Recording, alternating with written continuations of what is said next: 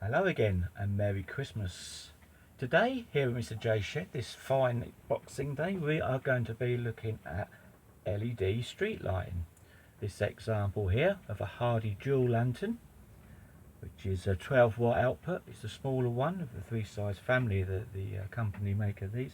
This is 4K, so it's kind of a normal white, not as dark as some LED lanterns. Story behind this one. Yes, this was a second-hand one. This was kindly donated to the collection. Also, it's also been actually in service for about 4 months now, looking after the back gate of the yard here at the shed. It went out one night. It went out, and I thought, oh, we'll have to change that. So we took it down, replaced it for a Thorn Libra or Indu Libra. People call them ones different. That's another kind of, and that was a 24 watt fluorescent. However, I thought, right, we're going to have to repair this. This will make a good video. And of course, as everything does, you take things down, and it always pays to test any electrical appliance before you start taking it to bits and stripping it down. It could be something like a simple fuse gone, or an inline fuse, or some loose connection cable, etc, etc. This one gave me a surprise today, because when I rewired it here in the shed, it lit up. However, the story behind it is that it was actually a loose connection in one of the control boxes outside, and it wasn't, the neutral was not quite touching, so it obviously just fell apart. So we replaced the lamp, and there was no need to. Anyhow, it's good though, because it's a good opportunity to have a look around these. Now, these aren't particularly heavy. I would say they're more awkward because of the shape. So I've got a big old 90 watt ballast here holding it up, because it's like a brick, this ballast. Anyway, we'll have a little bit closer look at this. If I move this out of the way, that's it.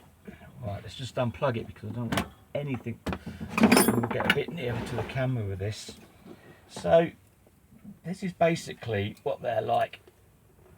Okay, usual setup, adjustable spigot, so you can adjust it up and down for different light applications. So if it's sort of glary in someone's window, you can tip it down. If you want a bit more light, up.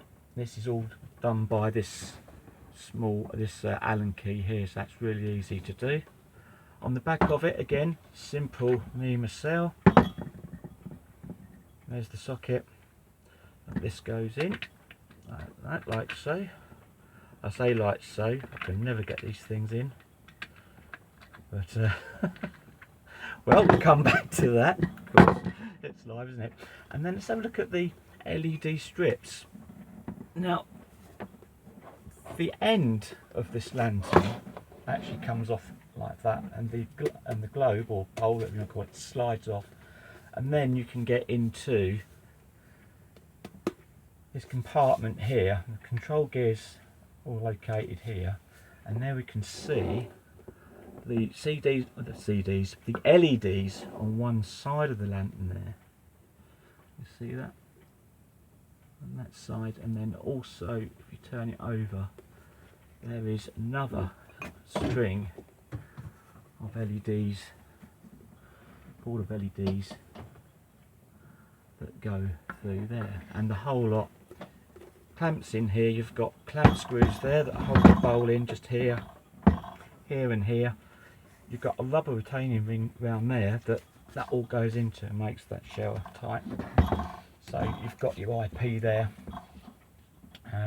These lanterns are actually made rather local to us. This one was made at Milton Keynes, and